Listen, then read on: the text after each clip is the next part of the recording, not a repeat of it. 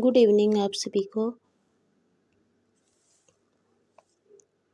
इससे पहले वाले वीडियो में हमने जो फ्लोएम है उसके 4 टाइप है वो पढ़े। एंजियोस्पर्म जो प्लांट्स थे उसमें जो 4 प्रकार की सेल्स है फ्लोएम में वो पाई जाती है। कौन कौन सी? स्लाइव ट्यूब, कंपेनियन सेल और फ्लोएम पेरेन्काइमा। फ्लोएम फाइबर्स जो स्लाइव ट्यूब, कंपेनियन सेल्स और फ्लोएम पेरेन्काइमा होती है वो होती है लिविंग, जबकि जो फ्लोएम फाइबर्स है वो एकमात्र फ्लोएम में है वो होती है डेड सेल फ्लोएम फाइबर्स, या इसे बास्ट फाइबर के नाम से भी है वो जाना जाता है।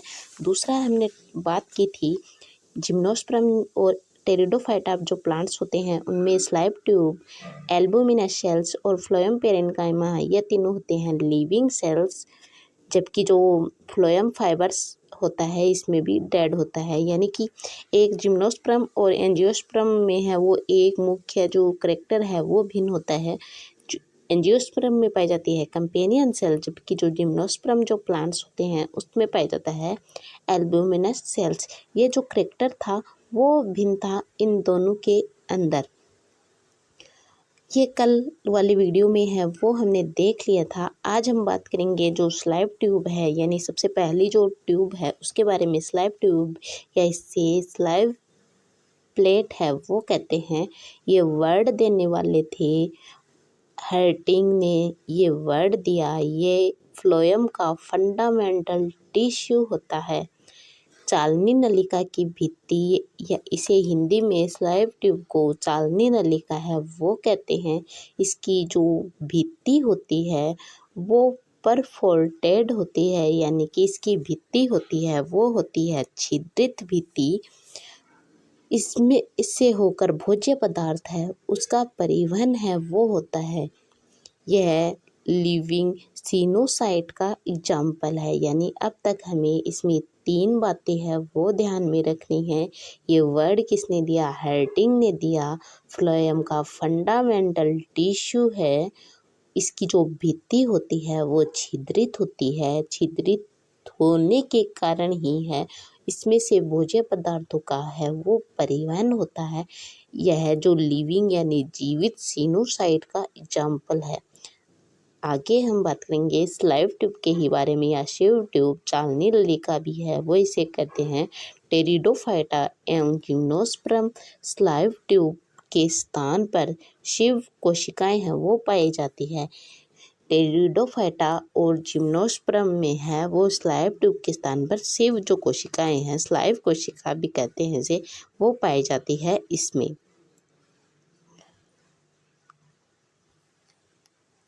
अब हम जो आगे है इसमें इसका एक मुख्य करैक्टर है कि फूड का ट्रांसक्रिप्शन होता है वो होता है जिग जैग के रूप में है वो होता है परिपक्व। चालनी नलिका में न्यूक्लियस है वो एब्सेंट होता है। सबसे मुख्य इम्पोर्टेंट करैक्टर है ये कि जो परिपक्व चालनी नलिका होती है उसमें ये जो न्यूक्लियस है वो एब्सेंट होता है। ये जो क्वेश्चन है वो एग्जाम में है वो हर एग्जाम में है वो लगभग है वो पूछा जाता है।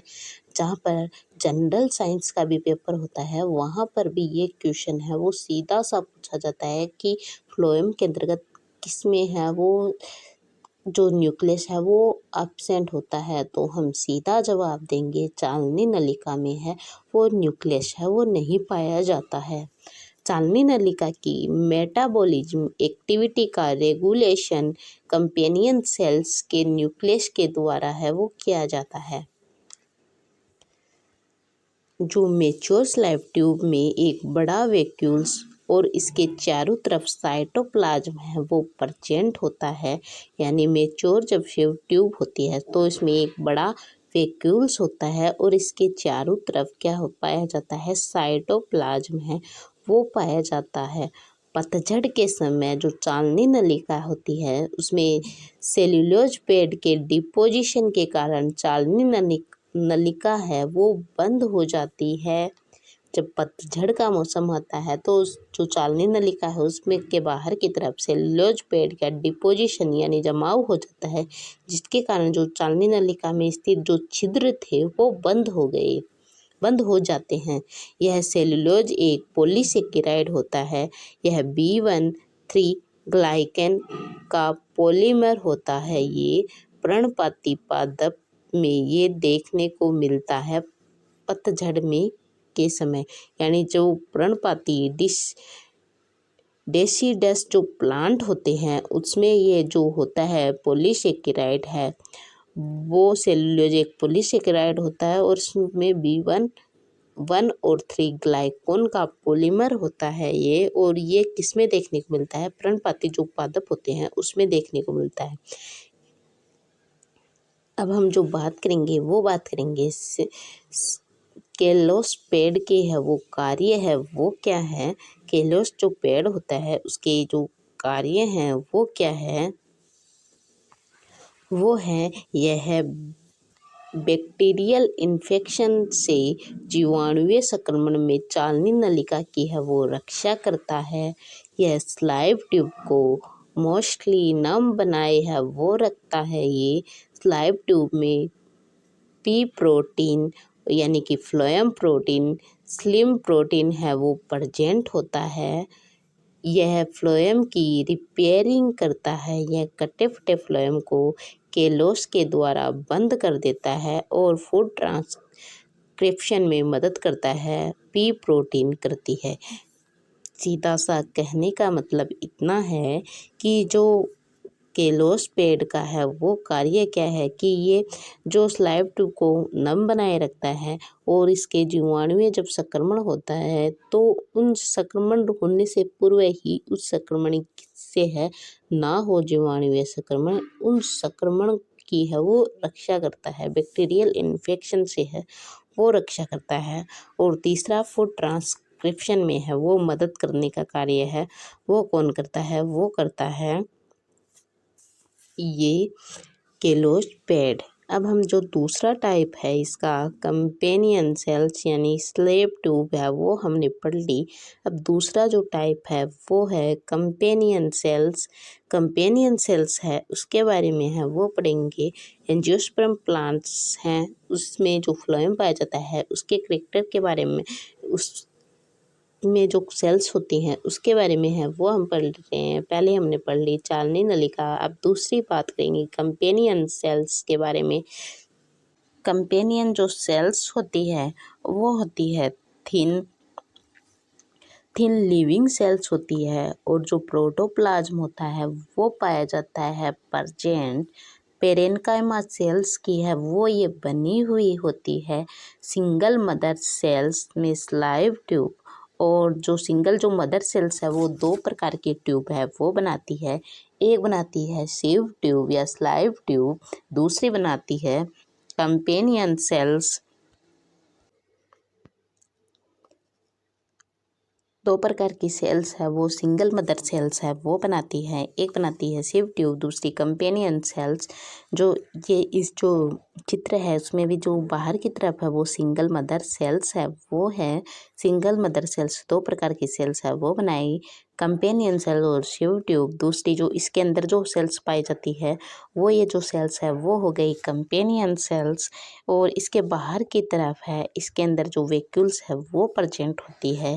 इसमें ये जो वैक्यूल्स है बड़ी बड़ी इसे कहते हैं वैक्यूल्स। और इसमें एक जो कंपेनियन सेल्स के अंदर ही है वो वैक्यूल्स पाई जाती है। न्यूक्लियस है वो पाया जाता है इसमें। और जो ये जो निशान है इन कोशिकाओं के बीच में, इस टाइप के जो निशान हैं इन कोशिकाओं के बीच में वो होते हैं, यहाँ पर खुला हुआ है। और ये जो निशान है उसे कहते हैं साइटोप्लाज्मिक ब्रिज यानी प्लाज्मोडेस्माटा है वो इसे कहते हैं। और जो ये जो बाहर की तरफ है वो जो सेल्स है वो पाई जाती है, यह हो गई परफोर्टेड स्लाइव ट्यूब है वो हो गई, ये हो गई परफोर्टेड। ये जो सेल्स है वो इसे कहते हैं परफोर्टेड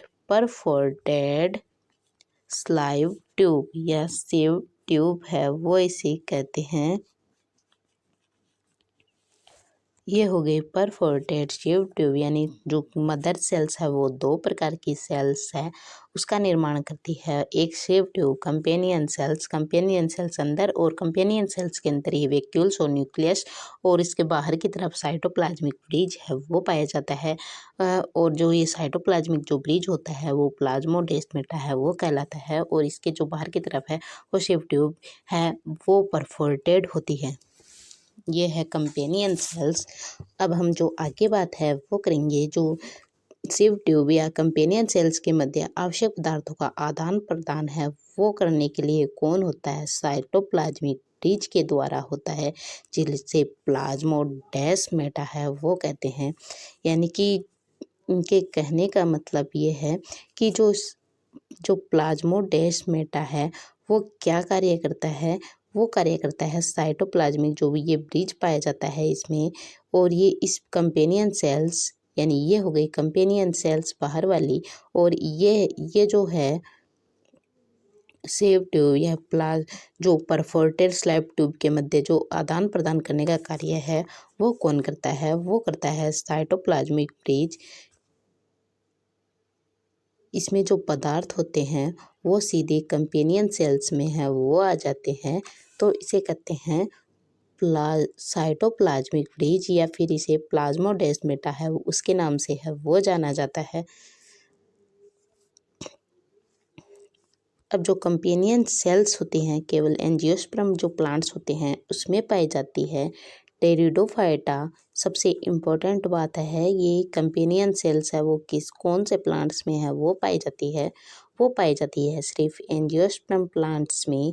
टेरिडोफाइटा एंड जिम्नोस्पर्म में कंपेनियन सेल्स के स्थान पर है वो कौन सी सेल्स है वो पाई जाती है, वो कंपेनियन सेल्स के स्थान पर है वो एल्बुमिनस सेल्स है वो पाई जाती है। इसमें एल्बुमिनस जो कोशिकाओं को स्टार्स ब्रेजर सेल्स भी है वो कहते हैं। आगे हम जो एंजियोस्पर्म जो के बारे में है वो पढ़ेंगे, एल्बुमिनस जो सेल्स है वो पढ़ेंगे तो उसमें भी बात करेंगे, पर लेकिन एक बार थोड़ी सी बात है वो हम यहाँ कर लेते हैं। जो एंजियोस्पर्म जो प्लांट्स होते हैं उसमें तो कंपेनियन सेल्स पाई जाती है, जबकि जो टेरिडोफाइटा जिम्नोस्पर्म जो प्लांट्स होते हैं उसमें पाई जाती है एल्बुमिनस सेल्स।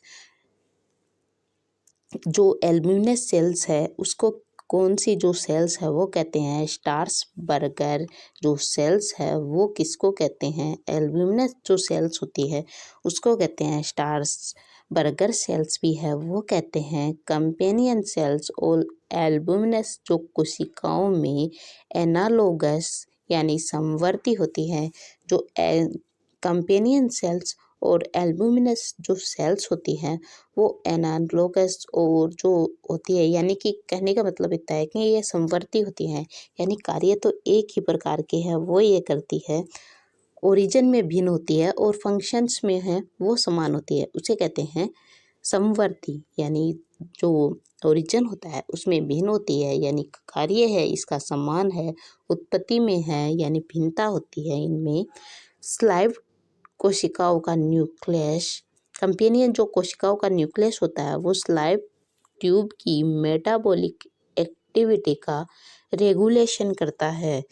यानी जो कंपेनियन कोशिकाओं का केंद्रक और स्लाइव ट्यूब यानी शिव ट्यूब का जो केंद्रक होता है वो मेटाबॉलिक एक्टिविटीज का रेगुलेशन है वो करता है। ये जो केंद्रक होता है वो कंपेनियन कोशिकाओं की स्लाइव ट्यूब के प्रेशर गार्डियन को बनाए है वो रखती है। जो कंपेनियन जो कोशिकाएं होती हैं वो स्लाइव जो ट्यूब होती है उसका प्रेशर ग्रेडियंट्स है वो बनाए रखती हैं। यानी सबसे इम्पोर्टेंट है वो हमने बात की कि जो ये पाई जाती है कंपेनियन सेल वो एंजियोस्पर्म प्लांट्स में पाई जाती है, और टेरिडोफाइटा जिम्नोस्पर्म में जो कंपेनियन सेल्स के स्थान पर एल्बुमिनस सेल्स है वो पाई जाती है।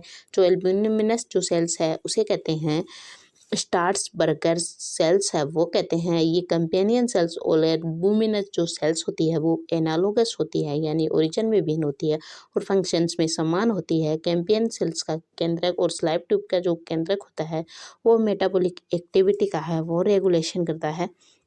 इस प्रकार जो हमने जो कंपेनियन सेल्स है उसके बारे में है वो पढ़ा। फिर हम अब जो हमारा तीसरा टाइप है इसके बारे में है वो जानेंगे। जो फ्लोएम पेरेन्काइमा के बारे में, जो फ्लोएम पेरेन्काइमा यानी 2 सेल्स है वो हमने पढ़ ली। एक चालनी कोशिकाएं, दूसरी कंपेनियन सेल्स और अब तीसरी है वो है फ्लोएम पेरेन्काइमा। जो फ्लोएम पेरेन्काइमा होता है वो लिविंग थिन वॉल्ड प्रोटोप्लाज्म है वो इसमें प्रेजेंट होता है। प्रोटोप्लाज्म है वो अटेंड होता है। पेरेन्काइमा सेल्स का है वो बना हुआ होता है और जो इसका कार्य है वो है रिजर्व फूड है वो इसमें प्रेजेंट होता है इसमें। और जो दूसरा है फ्लोएम पेरेन्काइमा में स्टार्च, रेजिन, लेटेक्स, गम, म्यूसिलेज है वो भरा हुआ होता है इसके अंदर। यानी जो पेरेन्काइमा होती है वो लिविंग होती है, थिन वॉल्ड होती है, प्रोटोप्लाज्म प्रेजेंट होता है और ये किसका बना हुआ होता है वो पेरेन्काइमा जो सेल्स होती है उसका बना हुआ होता है। और इसको कहते कौन सा सेल्स है वो इसे कहते हैं बास्ट फाइबर है वो। बास्ट जो फ्लोएम है वो इसको कहते हैं, बास्ट फ्लोएम के नाम से है वो इसको जाना जाता है वो फ्लोएम पेरेन्काइमा को। अगला है ये जो मोनोकोट जो प्लांट्स होते हैं उनमें फ्लोएम पेरेन्काइमा है वो एब्सेंट होता है। मोनोकोट जो प्लांट्स होते हैं उसमें फ्लोएम में है वो फ्लोएम पेरेन्काइमा है वो प्रेजेंट होता है। यानी कि जो डाइकोट्स जो प्लांट्स होते हैं उसमें फ्लोएम पेरेन्काइमा है वो प्रेजेंट होता है। सबसे इम्पोर्टेंट कैरेक्टर है ये कि अपवाद के स्वरूप जो मोनोकोट प्लांट है उनमें फ्लोएम पेरेन्काइमा है वो एब्सेंट होता है। जो रेननकुलेसी जो कुल होता है उसमें फ्लोएम पेरेन्काइमा है वो भी एब्सेंट होता है। यानी 2 में मोनोकोट जो प्लांट है उसमें फ्लोएम पेरेन्काइमा एब्सेंट होता है। जो रेननकुलेसी के जो कुल है उसमें फ्लोएम पेरेन्काइमा है वो एब्सेंट होता है। ये एक प्रीमेटिव फैमिली है होती है, ये प्रीमेटिव फैमिली है वो होती है। अब हम जो लास्ट फ्लोएम के अंतर्गत फ्लोएम फाइबर्स है उसकी ये डेड पार्ट होता है, स्क्लेरेन्काइमा का बना हुआ होता है, इसे बास्ट फाइबर है वो कहते हैं और लिग्निफाइड होता है। केमिकल यूज है वो इसका किया जाता है और इसका जो फंक्शंस होता है वो स्लाइव ट्यूब को मैकेनिकल जो सपोर्ट प्रदान करने का है वो कार्य करता है। रस्सी और धागे बनाने में है वो इसका यूज किया जाता है। यानी जो फ्लोएम फाइबर्स है वो स्क्लेरेन्काइमा का बना होता है, इसे बास्ट फाइबर कहते हैं, लिग्निफाइड होता है और ये कार्य क्या करता है, ये मैकेनिकल सपोर्ट देता है और रस्सी और धागे बनाने में है वो इसका यूज में है वो लिया जाता है।